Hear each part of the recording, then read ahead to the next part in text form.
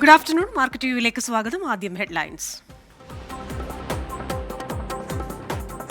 ഓഹരി വിപണികളിൽ ഇടിവ് തുടരുന്നു. സെൻസെക്സ് 160 പോയിന്റ് താഴ്ന്നു. IT, realty, oil and gas, metal, media, pharma ഓഹരികൾ ഇടിവിൽ. പൊതുമേഖലാ ബാങ്ക് ഓഹരികൾക്കും നഷ്ടം. സൊമാറ്റോ ഓഹരി വിലയിൽ 5% കുറവ്. സ്വർണ്ണവില സർവകാല റെക്കോർഡിൽ. പവന് 47,760 രൂപ. ഒന്നിലധികം കാർഡ് നെറ്റ്വർക്കുകൾ തെരഞ്ഞെടുക്കാൻ ഉപഭോക്താക്കളെ അനുവദിക്കണമെന്ന് ബാങ്കുകൾക്ക് RBI നിർദ്ദേശം. വിവിധ കാർഡ് നെറ്റ്വർക്കുകളിൽ നിന്ന് തെരഞ്ഞെടുക്കാനുള്ള ഓപ്ഷൻ നൽകണമെന്ന് RBI. നിലവിലുള്ള കാർഡ് ഉടമകൾക്ക് അടുത്ത പുതുക്കൽ സമയത്ത് തെരഞ്ഞെടുക്കാനുള്ള ഓപ്ഷൻ നൽകണമെന്നും നിർദ്ദേശം.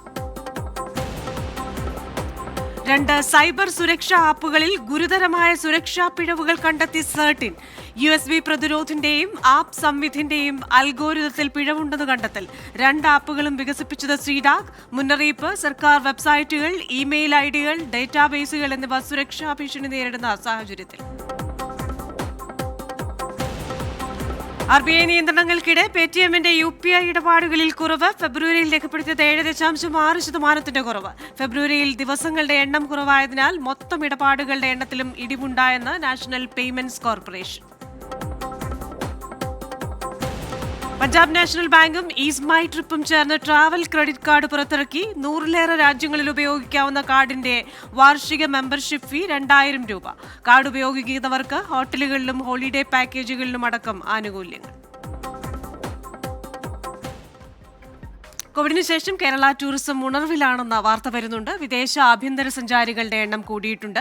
2023-ൽ 2.18 കോടി ആഭ്യന്തര സഞ്ചാരികളാണ് കേരളം സന്ദർശിച്ചത്. ഏറ്റവും അധികം ആഭ്യന്തര സഞ്ചാരികൾ എത്തിയത് എറണാകുളത്താണ്. അതേസമയം ആഭ്യന്തര സഞ്ചാരികളുടെ എണ്ണത്തിൽ വർധനയുണ്ടായിരിക്കുന്നത് ഇടുക്കി ജില്ലയിലാണ്. എന്നാൽ ആലപ്പുഴ ജില്ലയിൽ ഒരു കുറവ് രേഖപ്പെടുത്തിയിട്ടുണ്ട്. കേരളം സന്ദർശിച്ച വിദേശ സഞ്ചാരികളുടെ എണ്ണം മുൻവർഷത്തെ 3.45 ലക്ഷം എന്നതിൽ നിന്ന് ഏകദേശം ഇരട്ടിയായിരിക്കുന്നു. അത് 6.49 ലക്ഷമായി മാറിയിരിക്കുന്നു. ഇനി ഓഹരി വിപണികളിലേക്ക് വന്നു കഴിഞ്ഞാൽ വിപണികൾ ഇന്ന് ഒന്ന് തിരിച്ചു കയറാൻ ശ്രമിച്ചെങ്കിലും വീണ്ടും ഒരു നേരിയ ഇടിവിൽ തന്നെയാണ് ഇപ്പോൾ വ്യാപാരം നടക്കുന്നത്. നിഫ്റ്റി 20 പോയിന്റ് ഇടിഞ്ഞ് 22,336 വ്യാപാരം നടക്കുന്നത്. ഇനി ബോംബെ ഓഹരി സൂചികയിലേക്ക് വന്നു കഴിഞ്ഞാൽ ഇപ്പോൾ അത് പെട്ടെന്ന് തന്നെ ഒരു കയറ്റത്തിലേക്കാണ് നമ്മൾ കാണുന്നത്. 124 പോയിന്റ് കൂടി 73,820 വ്യാപാരം നടക്കുന്നത്. ആ കയറ്റം അല്പം കൂടിയിട്ടുണ്ട്. 148 പോയിന്റായിട്ട് ഉയർന്നിട്ടുണ്ട്. നമ്മോടൊപ്പം ഇൻട്രാഡേ മാർക്കറ്റ് അനലൈസ് ചെയ്യുന്നതിനായി അതിഥിയുണ്ട്. Shri Paul Thomas, executive director DBFS ആണ്. ശ്രീ പോൾ തോമസ്, ഇന്ന് ഒരു ചാഞ്ചാട്ടമാണ് വിപണിയിൽ. രാവിലെ ഒരു നേരിയ ഇടിവ്, അതിനുശേഷം ഒരു തിരിച്ചുകയറ്റം, വീണ്ടും ഒരു നേരിയ ഇടിവ്. ഇപ്പോൾ വീണ്ടും നമ്മൾ നോക്കുകയാണെങ്കിൽ വിപണിയിൽ ഒരു തിരിച്ചുകയറ്റം ദൃശ്യമാകുന്നു. എങ്ങനെയാണ് ട്രെൻഡ്? Good afternoon Christina. ഇന്ന് മാർക്കറ്റ് ഓപ്പൺ ചെയ്ത് തന്നെ ചെറിയൊരു ഇടിവിലായിരുന്നു. എന്നാൽ നമ്മൾ കാലത്തെ ഷോയിൽ നമ്മൾ പറഞ്ഞിരുന്നു 22,200 ലെവല് നിഫ്റ്റിയെ സംബന്ധിച്ചോളം നല്ലൊരു സപ്പോർട്ടായിരിക്കും താഴോട്ട് വന്നതെന്ന് പറഞ്ഞ്.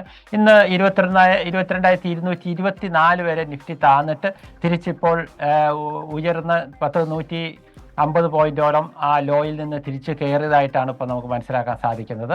മാർക്കറ്റ് വീണ്ടും പോസിറ്റീവിലേക്ക് വന്നിട്ടുണ്ട്. മാർക്കറ്റിനെ സംബന്ധിച്ചോളം ഇത് ഇൻട്രാഡേയിലുള്ള ഞാൻ കാലത്ത് പറഞ്ഞ പോലെ പ്രോഫിറ്റ് ബുക്കിങ്ങിൻ്റെ ഭാഗങ്ങൾ മാത്രമാണ്. അതിൻ്റെതായിട്ടുള്ള കയറ്റയിറക്കങ്ങളാണ് ഈ ദിവസങ്ങളിൽ നടന്നുകൊണ്ടിരിക്കുന്നത്. മാർക്കറ്റ് കഴിഞ്ഞ ആഴ്ച പുതിയ ഓൾ ടൈം ഹൈ ഒക്കെ വന്നിരുന്നു. അപ്പോൾ അതിൻ്റെ ഒരു ഒരു കറക്ഷൻ, ഒരു വലിയൊരു കറക്ഷൻ അല്ല, എന്നാൽ ഒരു ഭാഗത്ത് പ്രോഫിറ്റ് ബുക്കിങ് വരുമ്പോഴും താഴെ ഉള്ള ലെവലുകളിൽ ബയസ് വരുന്നുണ്ട് എന്നുള്ളതിൻ്റെ ആണ് നമുക്ക് മനസ്സിലാക്കാൻ സാധിക്കുന്നത്. ഈ ഓരോ ലോയിലും ബൗൺസ് ചെയ്ത് തിരിച്ച് കയറുന്നതിൻ്റെ കാരണം ഓരോ ലോയിലും ഇൻവെസ്റ്റേഴ്സ് വാങ്ങിക്കുന്നുണ്ട് എന്നുള്ളത് നമുക്ക് മനസ്സിലാക്കാൻ സാധിക്കും. പക്ഷേ ഇന്ന് നമ്മൾ മൊത്തത്തിൽ നോക്കിക്കഴിഞ്ഞാൽ മിഡ് ക്യാപ്സിലൊക്കെ നന്നായിട്ട് ഇടിവുകളുണ്ട്. കാരണം അതെല്ലാം കഴിഞ്ഞ ദിവസം നന്നായിട്ട് കയറിയിരുന്നു. ഇന്ന് JM ഫിനാൻഷ്യൽ 20% താന്നിട്ടുണ്ട്. റിസർവ് ബാങ്ക് ഓഫ് ഇന്ത്യ അവർക്ക് ലോൺ അഗെയിൻസ്റ്റ് ഷെയറിനും അതുമാതിരി IPOയ്ക്കുള്ള ലോൺ കൊടുക്കുന്നതിനൊക്കെ കുറച്ച് നിയന്ത്രണങ്ങൾ കൊണ്ടുവന്നിരുന്നു. അതിൻ്റെ കാരണം കൊണ്ട് 20% താന്നിട്ടുണ്ട്.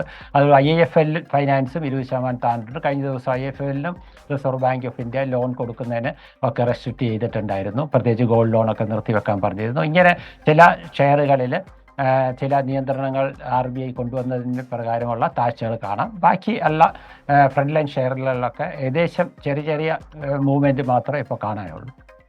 ശരി, താങ്ക് യു ശ്രീ പോൾ തോമസ്. എന്തായാലും വിപണിയിലെ ഈ തിരുത്തൽ വൈകുന്നേരവും തുടരുമോ എന്ന് അറിയാൻ മാർക്കറ്റ് വ്യൂ 4:45 കാണാം. നമസ്കാരം. ഇടവേളയാണ്. ഇടവേളയ്ക്ക് ശേഷം ഗുഡ് ആഫ്റ്റർനൂൺ വിത്ത് ഹാഷ്മി തുടരും.